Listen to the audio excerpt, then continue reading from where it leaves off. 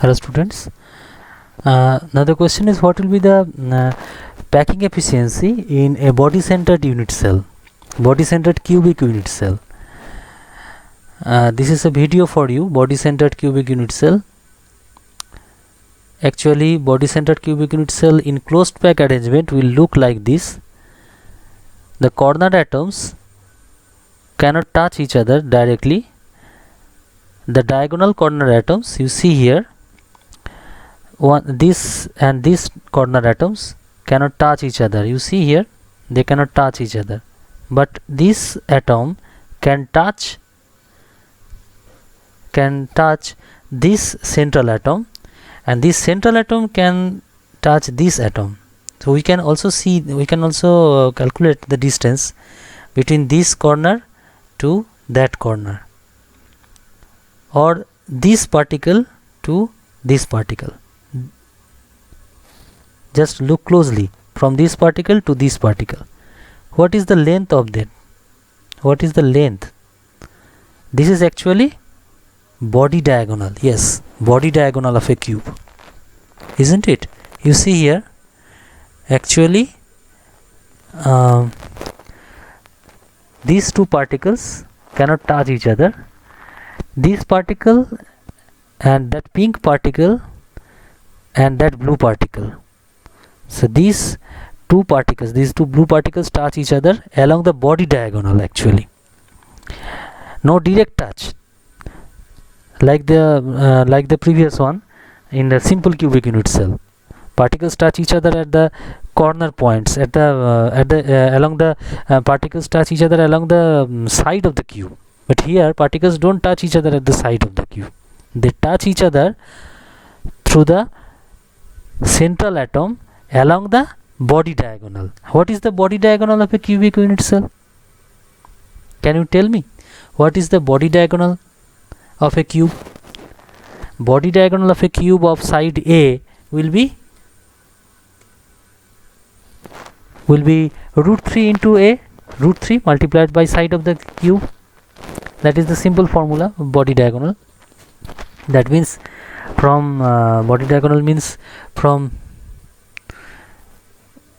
this point.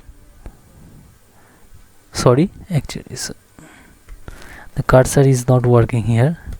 Body diagonal means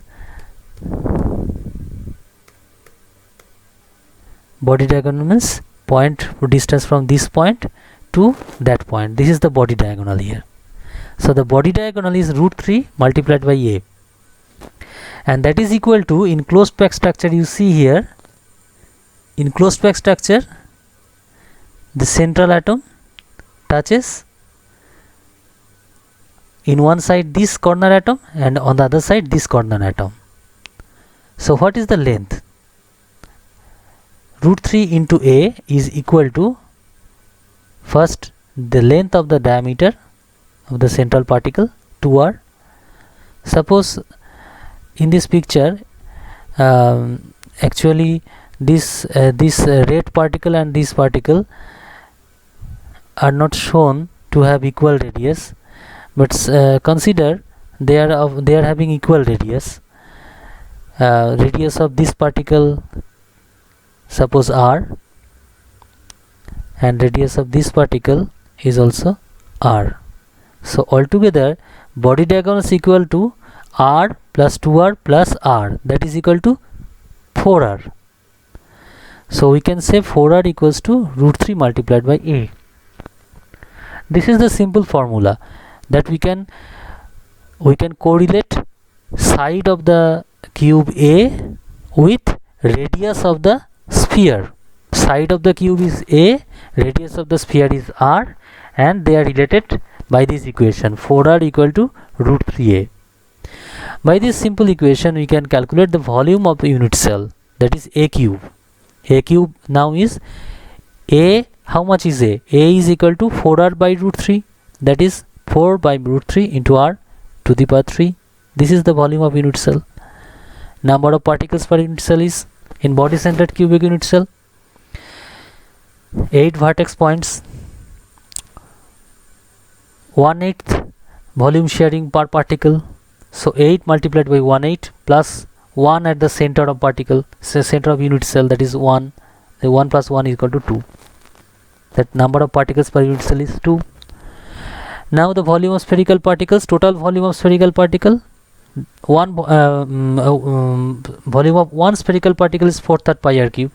Volume of two spherical particle, twice 4/3 pi r cube. Very simple. So percentage of space occupied will be now total volume of space occupied by the spherical particle, divided by total volume of the unit cell, multiplied by 100. That is 2 into 4/3 pi r cube divided by 4r by root 3 to the power 3 multiplied by 100, which approximately equals to 68. So 68% of the total space is occupied by these spherical particles in a body-centered cubic unit cell. 68% packing efficiency. How much packing efficiency, students? 68% packing efficiency in a body-centered cubic unit cell. What about the face-centered cubic unit cell? In a face-centered cubic unit cell like this, I am rotating the structure. You see, in this structure, particles here also don't touch each other along the side of the cube. They are in touch through the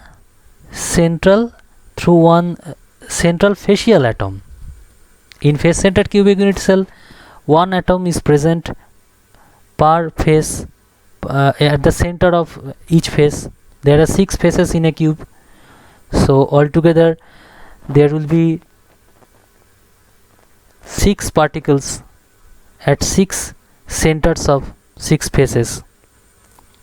Each of them contributes half of its volume to one unit cell. Now in this case, the particle at the center of face is connecting the two particles at the corner. So now we have to consider the phase diagonal of a cube. What is the formula for phase diagonal of a cube? This is phase diagonal, one phase diagonal, and this is another phase diagonal. You see, this is one phase diagonal and that is another phase diagonal. What is the formula for phase diagonal? Root 2 multiplied by r. That is, in this picture we see that if this is the central facial particle and this particle touches these two spheres, total length will be 4r, because the diameter of this particle is 2r and the radius of this is r, radius of this particle is r, so altogether 4r. Now 4r equal to root 2 into a, that is the diagonal of the cube. 4r is equal to root 2 into a. Now we now calculate the volume of a unit cell. Correlation between r and a is how much? A is equal to 4r by root 2. So a cube will now become 4r by root 2 to the power 3. Number of particles per unit cell we know, 8 multiplied by 1/8 plus 6 multiplied by half, altogether 4. So there are actually 4 particles per unit cell in face-centered cubic unit cell. So the total volume of spherical particle will be 4 multiplied by 4/3 pi r cube. Clear? One particle 4/3 pi r cube. Total number of particle is 4. So total volume of spherical particle will be 4 multiplied by 4/3 pi r cube. Very simple. So now the percentage of space occupied will be total volume of spherical particle divided by total volume of the unit cell. In terms of r, this is 4r by root 2 to the power 3, and this is in terms of r is 4 multiplied by 4/3 pi r cube multiplied by 100. So this gives us around 74%. So 74% space is occupied in a face-centered cubic unit lattice.